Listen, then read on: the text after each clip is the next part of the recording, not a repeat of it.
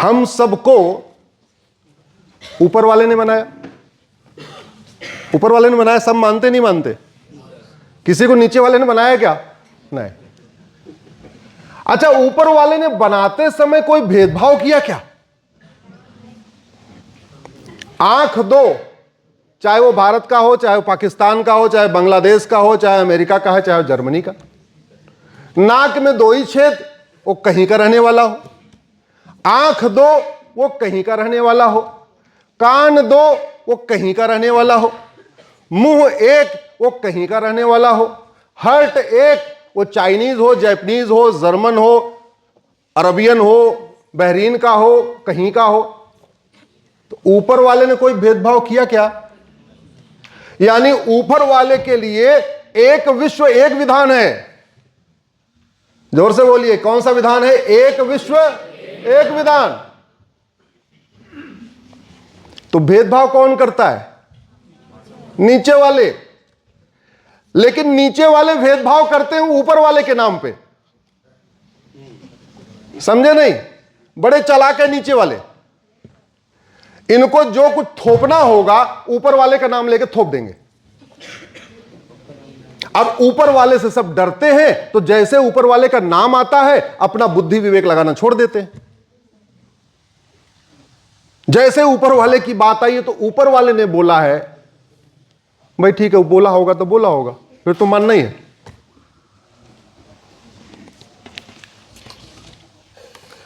मां के पेट में भारत वाले कितने महीने रहते हैं? जोर से बोलना। और अरब वाले कितने महीने? और अमेरिका यूरोप वाले? भेदभाव हुआ क्या? हिंदू कितने महीने? मुसलमान कितने महीने? पारसी, ईसाई? भेदभाव किया क्या? नहीं। महिला 9 महीने, बेटा 9 महीने, बेटी 9 महीने। भेदभाव किया क्या? लेकिन भेदभाव होता है कि नहीं होता? ये कौन करता है?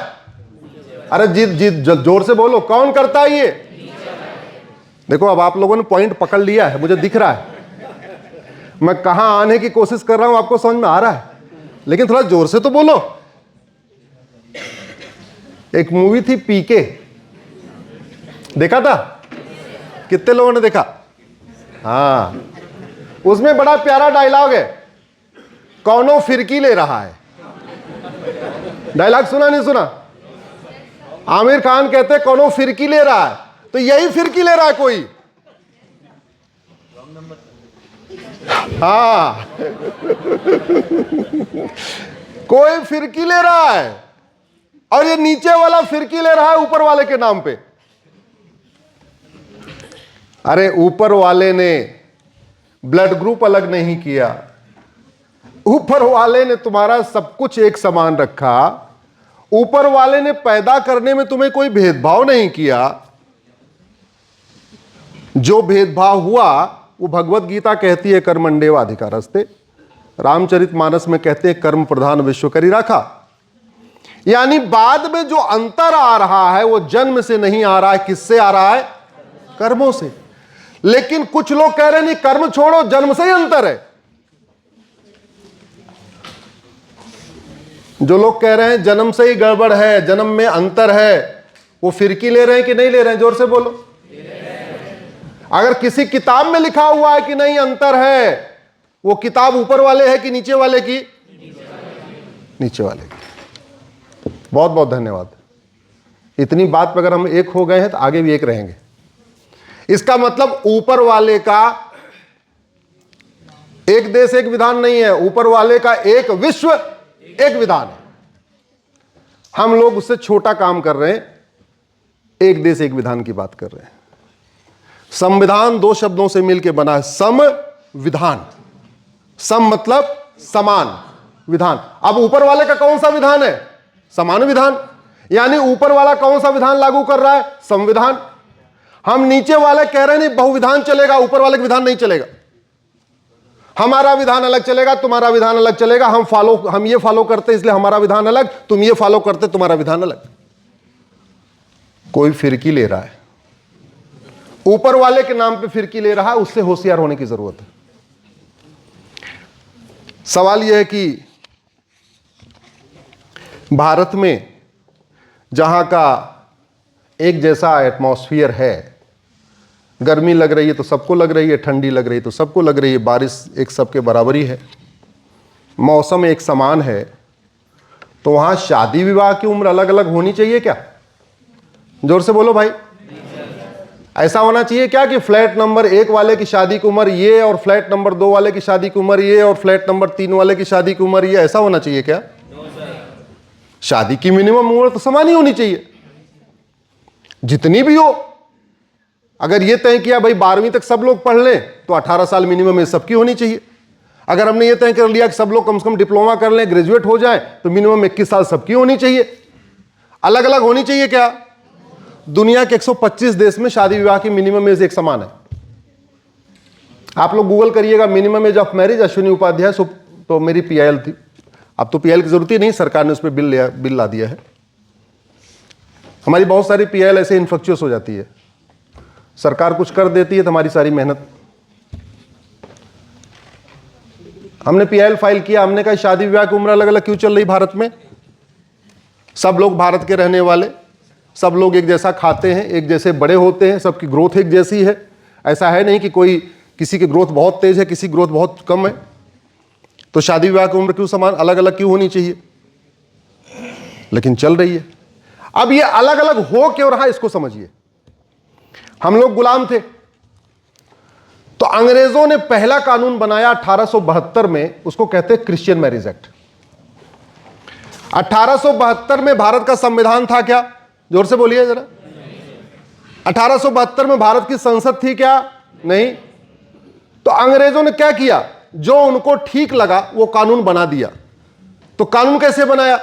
उन्होंने क्रिश्चियन पास्टर्स को बुलाया और पास्टर से चर्चा करके बोले जी हम तुम्हारे लिए कानून बनाने के लिए सोच रहे हैं, क्या क्या करें? बोले साहब ये कंडीशन डाल दो। और पादरी पुरुष होते हैं कि महिला? जोर से बोलिए जरा। पुरुष। तो अंग्रेजों ने 100% जितने लोगों से बात किया वो सारे के सारे पुरुष थे, उनसे बात करके 1872 में क्रिश्चियन मैरिज एक्ट बना दिया। चूंकि उसमें महिलाओं की कोई ओपिनियन नहीं ली गई थी, महिलाओं का कोई योगदान नहीं था, तो पुरुषों ने जो कहा वो हुआ। और ये स्वाभाविक सी बात है, जिसकी चलती वो अपनी चला लेता है। तो इसलिए 1872 का जो क्रिश्चियन मैरिज एक्ट है वो पूरा भेदभाव करने वाला है।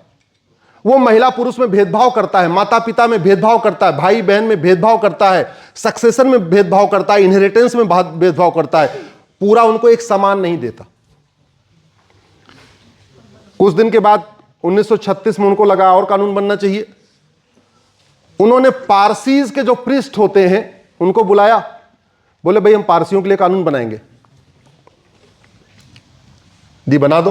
कैसे क्या क्या करना है? बोले साहब ये होना चाहिए, ये होना चाहिए, लड़की अगर गैर पारसी शादी करे उसका प्रॉपर्टी राइट नहीं होना चाहिए, फलाना फलाना फलाना। जितनी टर्म्स कंडीशन थी किसके ऊपर थोप दिया? महिलाओं पे, लड़कियों पे, बहनों पे। तो जो पारसी मैरिज एक्ट बना वो भी पूरी तरीके से एक तरफा रहा, वो संविधान नहीं हुआ, वो गैर बराबरी करने वाला हुआ। अगले साल 1937 में बोले अब मुस्लिम्स के लिए बनाएंगे। किसको बुलाया? मौलवीज को। मौलवी कौन होते हैं? मौलवी महिला होती है क्या? नहीं। बुला लिया, बोला जी तुम्हारे लिए बनाना है, बताओ क्या क्या करना है? बोले साहब ये कंडीशन डाल दो, ये कंडीशन डाल दो, ये कंडीशन डाल दो, ये कंडीशन डाल दो। बोले ठीक है बना देते। तो भेदभाव किसके साथ हुआ? महिलाओं के साथ।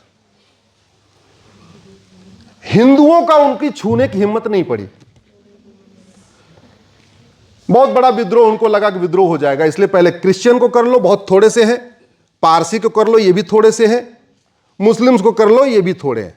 हालांकि बनाने का एक पर्पज ये भी था क्योंकि उसके पहले तक जो मुस्लिम थे वो भी एक तरीके से हिंदू मैरिज एक्ट को फॉलो करते थे। कोई कानून नहीं था लेकिन फॉलो, जो ट्रेडिशन था वही फॉलो करते थे। फिर ये 26 जनवरी 1950 में संविधान बना।